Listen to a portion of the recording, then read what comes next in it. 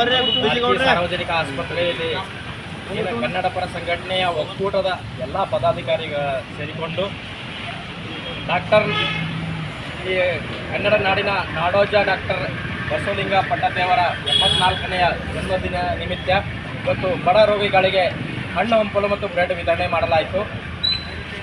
ಈ ಬಾಲಕಿ ಏನು ಭಾಗ ಅದ, ಈ ಭಾಗದಲ್ಲಿ ಮೊಟ್ಟ ಮೊದಲನೇದಾಗಿ ಕನ್ನಡವನ್ನು ಕನ್ನಡ ಉಳಿಗಾಗಿ ಕನ್ನಡ ಬೆಳೆಸುವಾಗಿ ನೇಮಠ ಸಂಸ್ಥಾನ ಬಹಳ ಪ್ರಮುಖ ಪಾತ್ರ ವಹಿಸ್ತದ.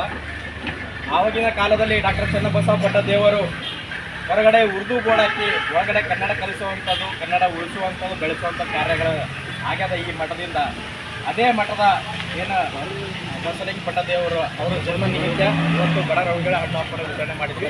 ಎಲ್ಲ ಕನ್ನಡ ಪರ ಸಂಘಟನೆ ಸೇರಿಕೊಂಡು ಹಣ್ಣು ಹಂಪಲ ವಿತರಣೆ ಮಾಡಿದ್ವಿ. ಬಸವಲಿಂಗ ಪಟ್ಟದೇವರು ಈಗಾಗಲೇ ಕನ್ನಡ ಸಾಹಿತ್ಯ ಕ್ಷೇತ್ರದಲ್ಲಿ ಅವರ ಕೊಡುಗೆ ಅಪಾರವಾದದ್ದು.